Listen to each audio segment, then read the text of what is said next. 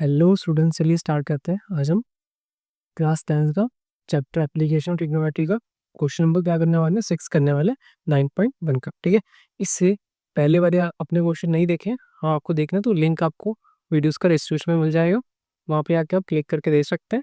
और आप इस चैनल पर नहीं हैं तो चैनल को सब्सक्राइब जरूर कर लें। ठीक है, थैंक यू। अभी हम क्या करने वाले हैं, क्वेश्चन नंबर 6 मैं फ़ोन से पढ़ना स्टार्ट करूँगा। ठीक है, तो आप देखिएगा मैं क्वेश्चन को फिगर कैसे बना रहा हूँ। ठीक है, क्योंकि फिगर बनानी बहुत इंपॉर्टेंट है, आपको आनी चाहिए वो। ठीक है, आपको वो आ गई तो क्वेश्चन आराम से हो जाएगा। हम लाइन में लाइन पढ़ने वाले हैं, तो आप ध्यान से देखिए। ये देखिए पहली लाइन में क्या दिया हुआ हमें, a 1.5 metre tall boy is standing at some distance from a 30 metre tall building. हमें पहले क्या बता दिया, बॉय की हाइट बताई नहीं, कितनी दी हुई हमें बॉय की हाइट 1.5, और वो कितनी दूरी पे खड़ा हुआ है टॉल बिल्डिंग से। टॉल बिल्डिंग से डिस्टेंस नहीं बताया, मगर टॉल बिल्डिंग की हाइट बताई, वो कितनी दी हुई है, 30 मीटर टॉल बिल्डिंग। और फिगर बना लेते हैं। ये देखिए यहाँ मैंने एक वाई बना ली, उसकी हाइट कंसिडर कर लेते हैं। ठीक है, इस हाइट को क्या मान लेता हूँ, 1.5 मीटर। अब ये कुछ डिस्टेंस पे बिल्डिंग से खड़ा हुआ है, तो मैंने यहाँ से लेके आता है डिस्टेंस मान लिया कि बिल्डिंग से दूर है, तो यहाँ पे एक बिल्डिंग मान लेते हैं। तो यहाँ पे हमने एक बिल्डिंग मान ली। इसे क्या कंसिडर कर लेते हैं, इसे सी और इसे बी। तो ये डिस्टेंस हमें गिवन नहीं, अगर हमें बिल्डिंग की हाइट बताइए वो कितनी थी हमारे पास, 30 मीटर। 30 मीटर। ठीक है, जो थोड़ा सा छोटा नहीं देता, 30 मीटर। इसे कंसिडर कर लेते हैं एक। यहाँ तक पढ़ लिया हमने, क्वेश्चन बना लिया, यहाँ तक फिगर हमने। अब इसके बाद देखिए, इसके बाद हमें क्या देखिए होता है वो क्वेश्चन में, the angle of elevation from his eye to the top of a building increase from 30 degree to 36 degree. अब आपको पता है एंगल ऑफ एलिवेशन यहाँ से बने इसके आई साइड से, तो हम जब भी एंगल ऑफ एलिवेशन बनाना पड़ता है तो हम हॉरिजॉन्टल लाइन मारते हैं। मैंने आपको ये इंट्रोडक्शन वीडियो पढ़ाया हुआ, आप जाकर देख सकते हैं। यहाँ पे क्यों मानने होंगे हम हॉरिजॉन्टल लेवल, तो ये हमने मान ली हॉरिजॉन्टल लाइन। हॉरिजॉन्टल लाइन आ गई अपने पास। अभी इसकी आई से बिल्डिंग के टॉप तक एंगल ऑफ एलिवेशन बन रहा है पहले 30 का, और जैसे जैसे वो आगे बढ़ता जा रहा है उसका एंगल कितना बन रहा है, 60। इन्होंने अगली लाइन पर लिखा हुआ, आप ध्यान से पढ़ेंगे तो पता लग जाएगा आपको। As he walk toward the building, पहले कितना था 30, बाद में कितना है 60। अभी कितना होगा यहाँ पे 30 होने वाला पहले, तो यहाँ से यहाँ तक गया तो ये एंगल कितना आएगा अपने पास, हॉरिजॉन्टल लाइन और साइड के बीच में एंगल कितना चल रहा है हमारा, 30। अभी जैसे ही यहाँ से इसने चलना स्टार्ट करा, मान लो यहाँ पे इस पॉइंट पहुंच गया। अब इसने जब यहाँ से अपने लाइन ऑफ साइट देखा ना, ऊपर देखा जाके बिल्डिंग, तो उसके और इसके बीच में हॉरिजॉन्टल लाइन के एंगल कितना बन रहा होगा, 60 का। ये आपको कितना दिया होगा, 60। ठीक है, तो यहाँ से भी यहाँ तक चल के आया ना, तो इस पॉइंट को मान लेते हैं हमने क्या नहीं लेट कर, ई। ई लेट कर लेते हैं ई, और इस पॉइंट को लेट कर लेते हैं हम एफ। इसे क्या लेट कर लेते हैं, इस पॉइंट को भी बी कर लेते। ठीक है, तो हमने ये सारा लेट के भी है। अब लास्ट में क्या पूछ रहा हूँ, निकालने को क्या बोल दिया इन्होंने, find the distance he walk toward the building. क्या निकालना है आपको, यहाँ पे निकालना है आपको ई और एफ। यहाँ से वो यहाँ तक चल के गया था ना वो, आप ये दोनों लाइन तो पैरेलल ही है, ई बी और सी डी पैरेलल है ना, इनके बीच का डिस्टेंस है वो भी करोने वाला है। तो अब यहाँ से वो यहाँ तक चल गया था, मान लेते हैं यहाँ पे बना लेते हैं इस पॉइंट यहाँ पे,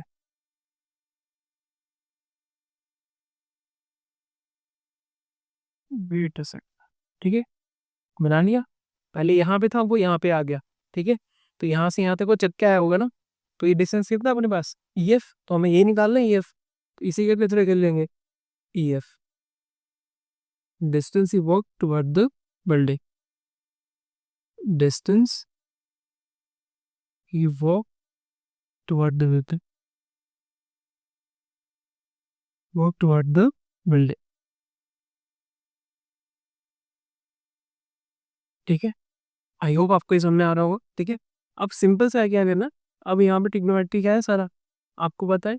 ये अपने को ये 1.5 दिया हुआ है, इसकी हाइट 1.5 दी थी। ये दोनों लाइंस पैरेलल है, पैरेलल लाइंस के बीच में डिस्टेंस तो हमेशा इक्वल होता है, और वो 90 के एंगल होता चाहिए। जैसे मान लीजिए दो पैरेलल लाइंस है, इनके बीच का डिस्टेंस हमेशा कैसा रहता है, इक्वल।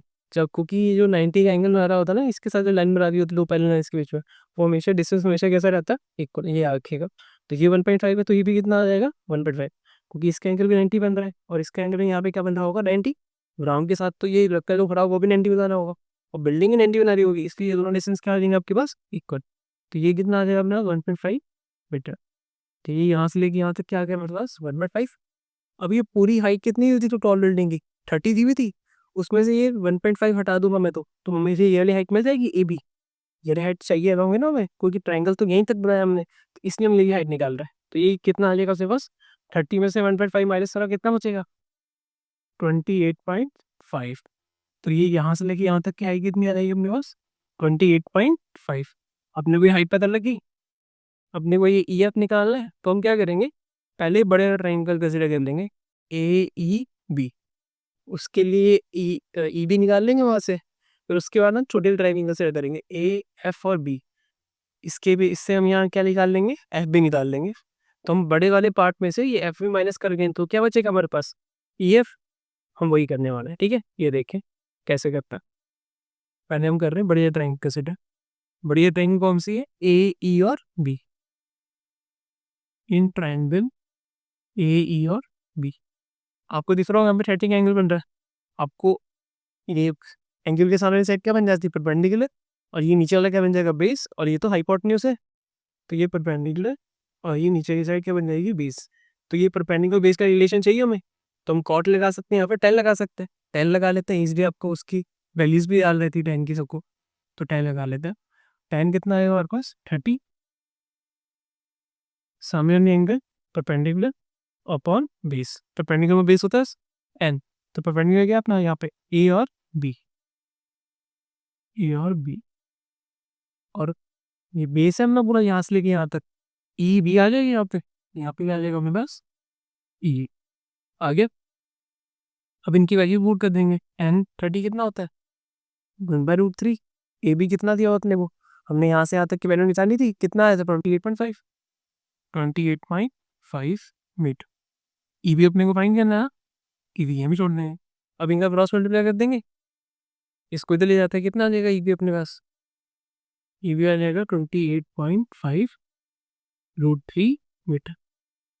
ई भी आ गया अपने पास। अब क्या निकालने वाले हैं, अभी बड़ी ट्रायंगल में लगाया था मैंने ए बी में, और छोटे ट्रायंगल में लगाएंगे ए एफ बी, इससे वाला पार्ट आ जाएगा हमारे पास। ये देखिए इन ट्रायंगल ए एफ और बी, टाइम कितना है यहाँ पे हमारे इस ट्रायंगल में 60 है, तो इसे क्या मान लेंगे 60, सामने परपेंडिकुलर ए बी और बेस एफ बी आ गया। एन 60 कितना होता है √3, ए बी अपने को गिवन है कितना 28.5 मीटर, और एफ बी अपने फाइंड करना है, तो एफ बी क्रॉस मल्टीप्लाई कर देंगे, डिवाइड में इधर के मल्टीप्लाई, मल्टीप्लाई में इधर के डिवाइड, तो एफ बी कितना आ जाएगा अपने पास 28.5 अपॉन में √3 मीटर आ गया। ये क्या करना है अपने पास आ गया, एफ बी आ गया। अब आपको निकालना क्या था, ई एफ निकालना था, ई एफ बेसिकली इक्वल किसके है ई बी में से, जब मैं एफ बी माइनस कर दूंगा तो ये वाला पोर्शन बच जाएगा मेरे पास। ठीक है, ध्यान से देखिए, ये पड़ा पूरा ई बी, उस पर से मैंने ये वाला पोर्शन माइनस कर दिया, तो क्या बचेगा मेरे पास ई एफ, कोई नहीं निकालने वाले। तो ये देखिए ई एफ किसके इक्वल हमारा, मैंने पहले पूरा पार्ट ले लिया ई, यहाँ से लेंगे अंदर पार्ट ले लिया भी, उस पर से इतना सा पार्ट मैंने क्या कर दिया माइनस, तो ये क्या आ जाएगा एफ बी। तो मेरे पास क्या बचेगा यहाँ पे ई एफ बचेगा, बस वही निकालने वाले हैं। ये देखिए ई बी की वैल्यू मुझे पता है, एफ बी की वैल्यू मुझे पता है, यहाँ पुट कर देंगे आंसर आ जाएगा। ये देखिए ई बी कितना मेरे पास 28.5√3, 28.5√3 माइनस एफ बी कितना 28.5 अपॉन √3, 28.5 अपॉन √3 आ गया यहाँ तक। अब इसे यहाँ पे सॉल्व कर लेते हैं। ये देखिए ई एस इक्वल टू, आपको दिख रहा होगा 28.5, 28.5 कॉमन है ना, हमने बाहर निकाल देते हैं, कितना आ जाएगा 28.5, अंदर क्या बचेगा यहाँ पे √3 बचेगा, क्योंकि 28.5 को बाहर निकाल लिया, यहाँ पे √3, और ऊपर तो ये वैल्यू पूरी बाहर निकाल ली तो 1/√3 बचेगा, यहाँ पे क्या आ जाएगा 1/√3। अब ये सॉल्व कर लेंगे, कितना आ जाएगा देखिए 28.5 इसको इससे मल्टीप्लाई कर लेंगे, ऐसे लेना पड़ेगा। तो √3 को √3 से मल्टीप्लाई करा तो कितना आ जाएगा, √3 × √3 1/√3। मैंने क्वेश्चन नहीं एल्सियम लिया बस, ठीक है। √3 एल्सियम लिया तो यहाँ पे 1 था, 1 के पास क्या नहीं था, √3 नहीं था, तो इसने ऊपर किससे मल्टीप्लाई कर दिया, उसे √3 से। यहाँ पे √3 तले से पड़ा था तो यहाँ पे 1 ही आया। और √3 को √3 से मल्टीप्लाई करते तो क्या आता है, 3। तो ये देखिए 28.5, 3 में से 1 जाएगा, कितना हो जाएगा, 2/√3 आ जाएगा। तो इसको मल्टीप्लाई कर देंगे, कितना आएगा, मतलब मल्टीप्लाई करने के बाद EF 2 को मल्टीप्लाई करा कितना आएगा, 0.57, ठीक है। और अपॉन में ये अपने को दिया हुआ √3 है अपने पास। अब इसलिए पता है आपको कभी अपॉन में वैल्यू नहीं आनी चाहिए, आंसर नहीं आना चाहिए, तो इसे क्या कर देंगे, रूट की वैल्यू अपॉन में नहीं आती ना कभी, और इनरेशनल में बन जाता है, तो इसलिए इसे रैशनल करने के लिए क्या करेंगे, रैशनलाइज कर देंगे। तो इसे क्या कर देंगे हम, रैशनलाइज। अब √3 फिर मल्टीप्लाई हो रहा है तो आंसर क्या, नीचे क्या आएगा, 3 आएगा। ऊपर क्या बचेगा अपने पास, 57 √3 और नीचे 3 आ गया। अब आपको पता है कटिंग हो जाएगी यहाँ पे, तो कितनी बार में जाएगा ये, 19। तो आंसर क्या आने का अपने पास, 19√3।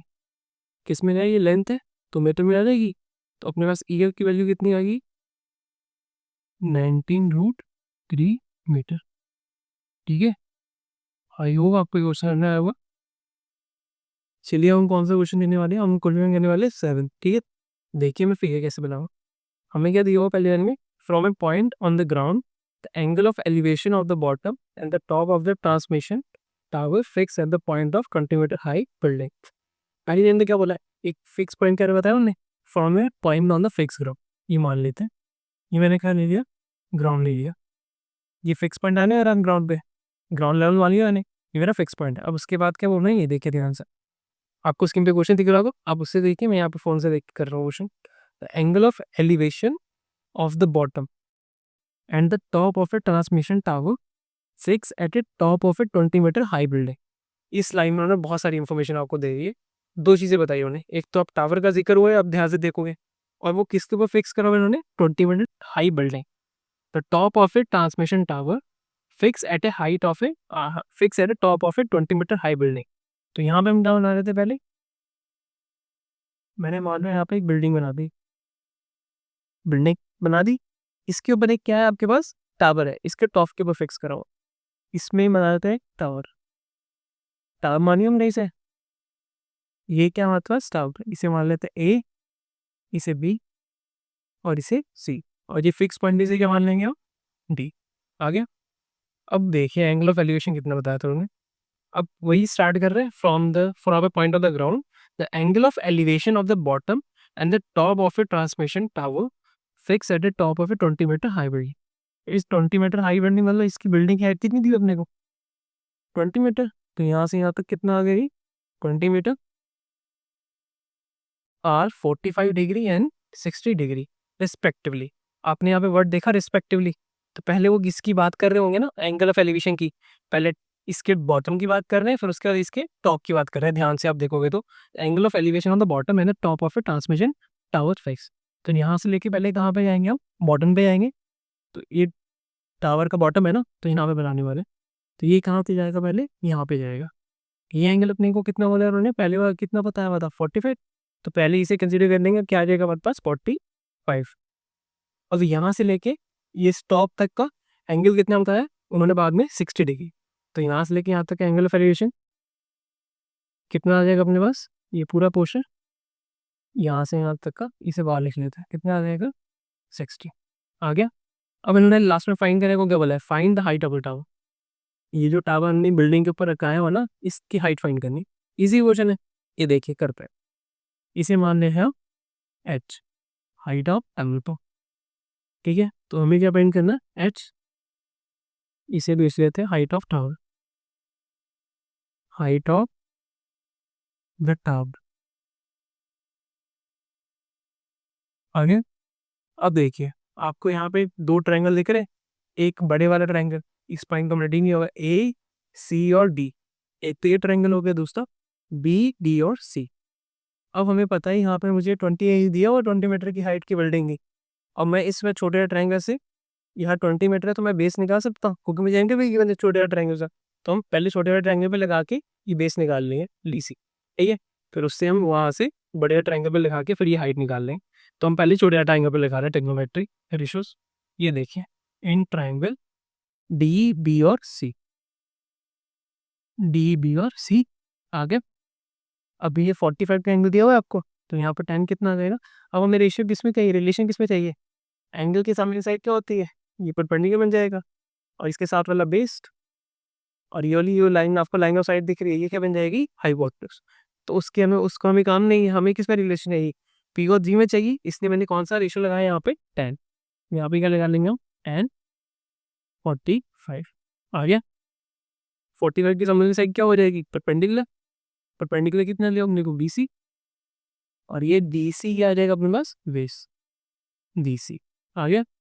अब इनकी वैल्यूज पुट कर देते हैं। 10 45 कितना होता है 1, BC कितना है हमको दिया हुआ गिवन 20, और DC अपने पास कितना है एज इट इज छोड़ देंगे, क्योंकि हमें DC फाइंड करना था। DC यहाँ इरेज हो जाएगा, 1 इधर आ जाएगा, तो DC की वैल्यू कितनी आ जाएगी अपने पास 20 मीटर। हमने DC निकाल दिया, मतलब हमें ये वाली वैल्यू पता लगी। जैसे हमें ये वैल्यू पता लगी तो हम ये बढ़िया ट्रायंगल लगा सकते हैं, वो क्या भाई यही तो निकालना था ना H, तो हम बढ़िया ट्रायंगल से निकल लेते हैं। ये देखिए कौन सी ट्रायंगल देंगे, इन ट्रायंगल DA और C, DA और C। यहाँ पे एंगल पूरा कितना दिया हुआ था आपको, ये ग्राउंड लेवल और ये लाइन ऑफ साइड के बीच में एंगल कितना दिया हुआ है, यहाँ से यहाँ तक 60 दिया हुआ, तो पूरा एंगल 60 हुआ है। यहाँ पे कितना आ जाएगा एन 60। अब ये पूरे एंगल के सामने वाली साइड क्या बन जाएगी, परपेंडिकुलर, और बेस तो सेम ही रहने वाला है, तो यहाँ से लेके यहाँ तक बनेगा परपेंडिकुलर, तो AC। यहाँ पे क्या आ जाएगा अपने पास AC, और बेस कितना है DC।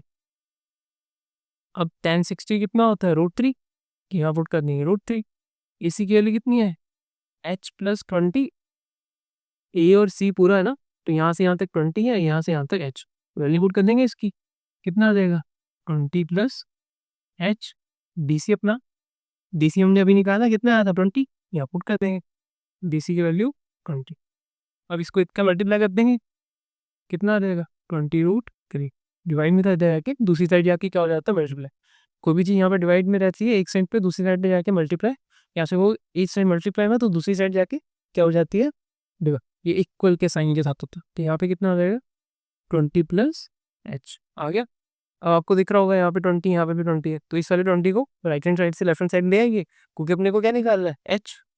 यहाँ पे कितना लेगा 20√3 माइनस का 20 इक्वल टू H। पॉजिटिव था इधर आके 9, कॉमन दिख रहा है आपको, 20 कॉमन निकाल लेंगे, कितना आ जाएगा √3 - 1, और 20 कॉमन आ गया, और ये क्या आ गया अपने पास H। और ये सारी वैल्यू किस में है, मीटर में। ये फाइंड करना था हमें the height of the tower, उसी को मैंने H लिया था, कंसीडर करा था, तो ये हमारे पास क्या आ गई हाइट ऑफ टावर आ गई हमारे पास। चलिए अगला क्वेश्चन का, ठीक है। देखिए हम क्वेश्चन में उससे करने वाले हैं, एड करने वाले हैं। आपको स्क्रीन पे क्वेश्चन दिख रहा होगा, मैं यहाँ फोन से रीड कर रहा हूँ और बता रहा हूँ आपको फिगर कैसे बनानी है लाइन बाय लाइन पढ़ के, ठीक है, ध्यान से देखिएगा। अब एक क्वेश्चन में क्या दिया हुआ हमें, ये स्टैचू, तो उन्होंने ये बता दी कि हमें स्टैचू दिया होगा। स्टैचू की हाइट कितनी बताई उन्होंने 1.6 metre tall, standing on the top of a pedestal. Pedestal मतलब जिसके ऊपर हम स्टैचू रखते हैं ना, तो नीचे वाला जो उसका बेस होता है जिसके ऊपर स्टैचू रखा जाता है उसी का बोलते हैं पेडेस्टल। तो ये उसकी बात कर रहे हैं। तो यहाँ पे देख लेते हैं, ये देखिए ये ग्राउंड मान लिया मैंने, और इस ग्राउंड के में मैंने क्या बना लिया यहाँ पे पेडेस्टल। थोड़ा सा चौड़ा होगा तब इसका स्टैचू खड़ा हो पाएगा, तो ये हमारा क्या आ गया पद, ठीक है। अब इसके ऊपर हमने एक स्टैचू लगाया हुआ है, उस स्टैचू की हाइट कितनी दी हमें 1.6 मीटर। यहाँ स्टैचू डालते हैं, तो ये स्टैचू आ गया, और इसकी हाइट कितनी दी हमको 1.6 मीटर, तो यहाँ से लेके यहाँ तक कितना आ जाएगा 1.6 आ गया। इसे रेट कर लेते हैं, इस पॉइंट को A, इस पॉइंट को B, और इस पॉइंट को C, और जो ग्राउंड पे फिक्स पॉइंट है। अब इसके आगे बढ़ते देखते हैं फिक्स पॉइंट से हमने क्या बोला हुआ हमें। From a point on the ground, point on the ground the angle of elevation on the top of A statue is 60। इस पॉइंट जो मैंने ग्राउंड में कंसिडर करा है, यहाँ से लेके इसके टॉप तक के एंगल का एंगल ऑफ एलिवेशन कितना है हमारे पास 60। अब ये हॉरिजॉन्टल लाइन मतलब ग्राउंड को मान लिया हमने हॉरिजॉन्टल है, तो यहाँ से एक लाइन ऑफ साइड बचेगी जिसके बीच में एंगल हमारा कितना बनेगा 60, तो ये लाइन ऑफ साइड बना लेता है। ये 9 ऑफ 8 आ गई, और ये एंगल कितना बोला हुआ है पूरा 60। इसको बाहर लिख लेते हैं अभी, 60 आ गया। आगे लाइन पढ़ते हैं, and from the same point the angle of elevation of the top of A pedestal is 45। इसी सेम पॉइंट से अब इसके टॉप तक किधर है, ये हमारा पूरा पेडेस्ट्रल था, और इसका पेडेस्ट्रल का टॉप यहीं पे होगा, यहाँ पे स्टैचू का क्या होगा, बॉटम। बस यहाँ तक हमें कितना दिया हुआ एंगल, यहाँ से यहाँ तक का एंगल ऑफ एलिवेशन, ये हमारा हॉरिजॉन्टल है, तो लाइन ऑफ साइट आएगी, तो ये क्या आ गई हमारी लाइन ऑफ साइट, आगे उसके बॉटम तक और पेडेस्ट्रल के टॉप तक। ये एंगल कितना देगा हमने को 45 डिग्री आ गया। अब देखते हैं निकाल लेंगे क्या बोला उन्होंने। Find the height of the pedestal. Simple है क्वेश्चन, सेम इससे पहले वाला जो उन्हें क्वेश्चन करा सेम ऐसे ही है। उस समय हमें उसकी हाइट निकाल दी टावर की, अब यहाँ पे किसकी निकाल रहे हैं, सारे क्वेश्चन में क्या करना है, नीचे वाले की निकाल रहे हैं। ये क्या हमारा पेडेस्टर, इसकी हाइट में पहले से गिवन है, जो स्टैचू है हमारा, पेडेस्टर की हाइट निकालनी, इसे मान लेते हैं हम एच।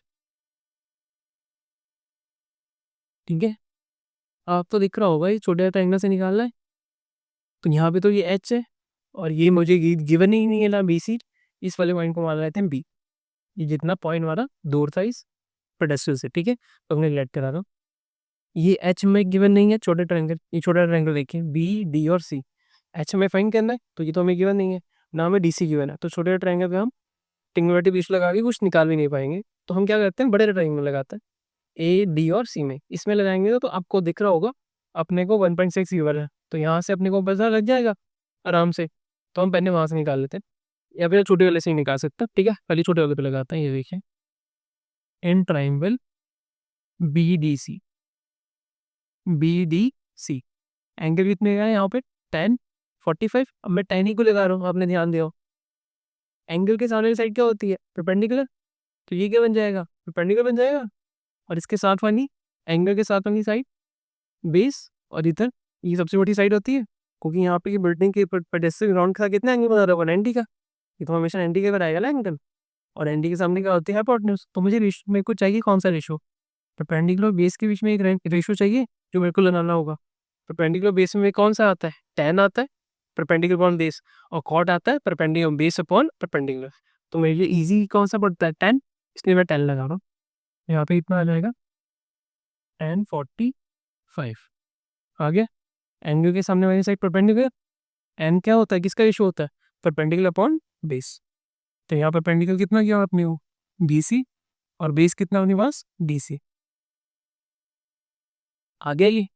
अब इसकी वैल्यू कितनी होती है, BC को मैंने क्या माना था H, वो उसकी वैल्यू ऐड कर देंगे, और 1040 को कितना होता है बड़ा, तो BC की वैल्यू बनना H आ गई, और यहाँ पे DC एज एड एस, इसकी वैल्यू नहीं पता ना मैं, ये तो मैंने आपको बताने के लिए बेस कंसिडर करा था। ठीक है, अब ये DC चला जाएगा, और ये H, इससे क्या पता लग रहा है तो H हमारा किसके इक्वल आ गया DC के इक्वल, मतलब जितनी हाइट पेडेस्ट्रल की थी उतनी ही दूर आपने क्या रखा था इस पॉइंट को कंसीडर करा था पेडेस्ट्रल से।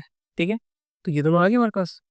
अब देखिए अब बड़े ट्रायंगल पे लगा सकते हैं हम, क्योंकि वहां पे में पॉइंट गिवन है ना, इसकी वजह से, जिससे हमारा आंसर आने वाला है इन ट्रायंगल ADC।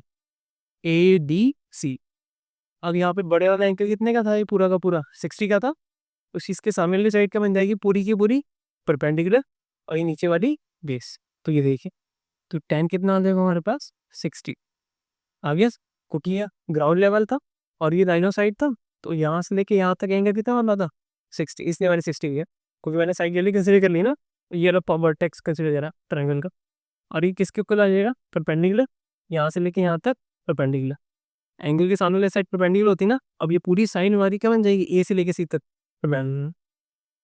AC, और नीचे वाला बेस तो सेम ही रहेगा DC, और ये DC आ गया। tan 60 कितना होता है √3।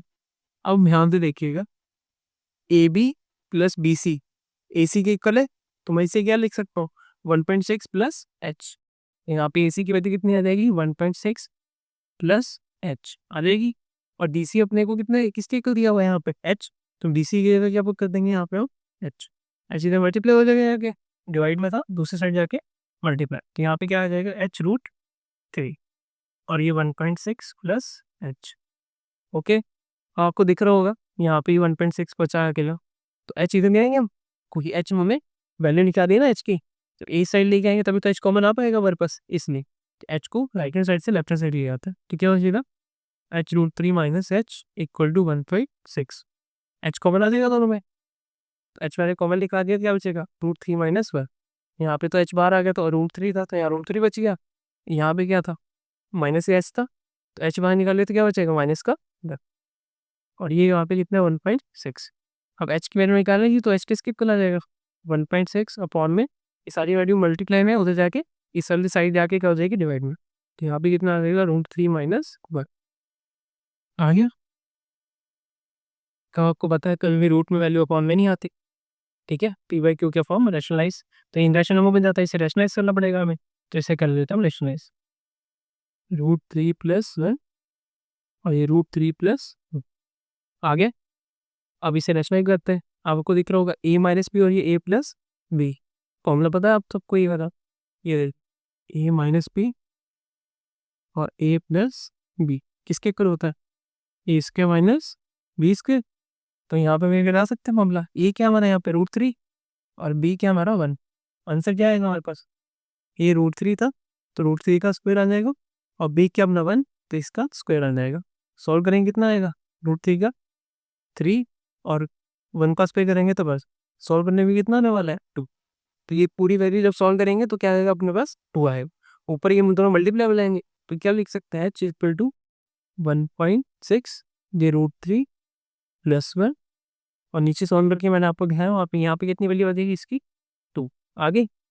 और 2 को हम इससे क्या कर सकते हैं, कटिंग कर सकते हैं।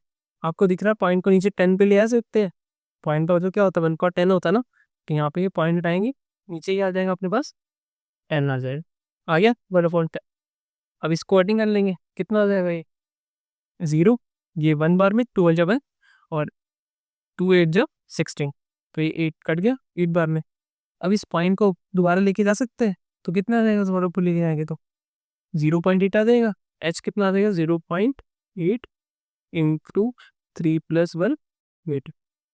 सेम है जो आपको पता है, पॉइंट ऊपर ट्रांसफर होता है तो वहाँ पे उसके आगे डेसिमल लग जाता है, सेम हमने वहाँ पे करा, ठीक है।